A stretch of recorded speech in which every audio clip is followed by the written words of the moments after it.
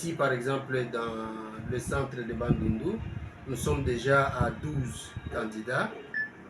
Dès le lancement, on était déjà à 12. Nous ne savons pas qu'est-ce qui va arriver. Peut-être que jusque maintenant, comme nous ne sommes plus au centre, il doit y avoir quelques candidats qui se sont ajoutés. Et à Fatundu, on avait 10 candidats qui étaient inscrits. Et à Burungu 3, donc Juma, il y avait également 3 inscrits. Ça, c'était des inscrits. Nous attendrons à la fin de la journée, quand après les examens, on nous dira exactement combien de candidats nous avons eu pour cette année comme candidats autodidactes. Est-ce que ils ont présenté l'examen, mais ça ne signifie pas qu'ils sont d'office retenus. Ils ont présenté l'examen. Après cet examen, nous devons passer à la correction. La correction s'est faite ici, localement. Après la correction, c'est alors qu'on saura il y a combien de candidats qui ont satisfait par rapport à ceux qui ont présenté l'examen.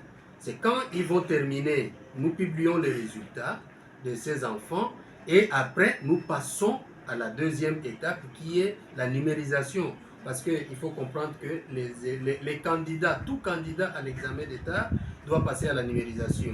Et eux aussi, étant candidats, après avoir terminé leur épreuve préliminaire, ils doivent nécessairement passer à la numérisation. Donc, il y aura, nous aurons toutes leurs données et ils seront capturés comme les autres candidats réguliers pour que finalement, après synchronisation, tout ça, nous envoyons toutes les données à Kinshasa et ils auront effectivement, d'abord ils seront repris sur la liste des candidats et ils auront leurs 14 chiffres. Finalement, ils auront leurs macarons qui vont leur permettre, qui va plutôt leur permettre à présenter leur examen au centre d'examen d'État. Voilà un peu tout ce que je peux parler par rapport à l'examen.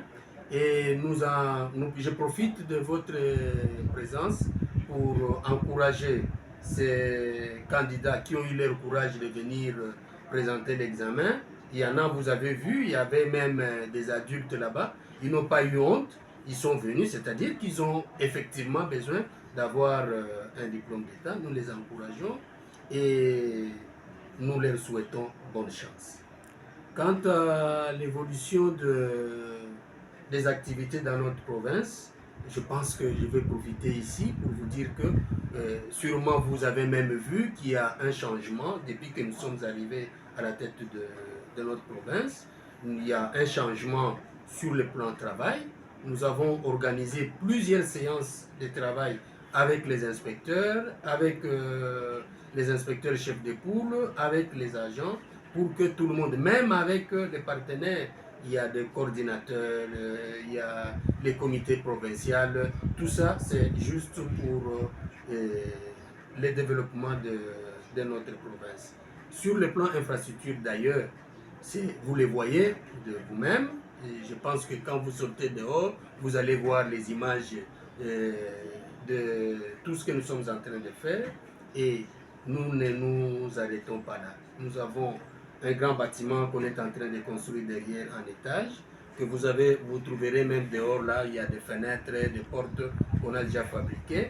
Nous continuons les travaux pour que nous puissions quand même marquer nos empreintes ici dans notre province éducationnelle de Kouilou. Merci beaucoup. Merci, merci l'IPP. Félicitations encore une fois de plus. Vous venez de parler vraiment tout ce qui semble bien et beau dans votre juridiction. Est-ce que vous pouvez aussi un peu énumérer quelques difficultés que vous rencontrez ou bien la situation actuelle que vous traversez dans votre juridiction? Oui, effectivement, vous allez comprendre, moi j'ai toujours dit, vous allez m'excuser les termes, diriger les personnes, c'est différent de diriger les bêtes. Hein? Quand vous dirigez les bêtes, il suffit tout simplement de dire, habituer un animal chaque fois, à 7h30 il doit sortir, à 17h il doit revenir, il suffit qu'il vous voie avec les bâtons et il obéit. Mais les personnes, ils viennent avec leurs humains. il faut les supporter comme tels. Et c'est une difficulté. Et aussi, vous allez comprendre que il est difficile que tout le monde comprenne la vision de la même manière. Hein, il y a des gens qui constituent encore un pesanteur, mais nous n'allons pas nous croiser les bras. Nous allons toujours les entraîner, les faire comprendre et nous évoluerons ensemble. Il y a un autre aspect, c'est l'aspect financier. Il faut comprendre que notre province, ce n'est pas vraiment une province où il y a beaucoup d'argent. Et à chaque fois qu'il y a des petits frais qu'on demande aux enfants, les parents éprouvent d'énormes difficultés pour les payer. Raison encore pour laquelle vous avez vu certains enfants que nous avons ici qui sont des enfants rescapés de déplacés de Mongondo. Les parents n'ont pas les moyens. Nous sommes obligés, nous, en tant que province, de les prendre en charge.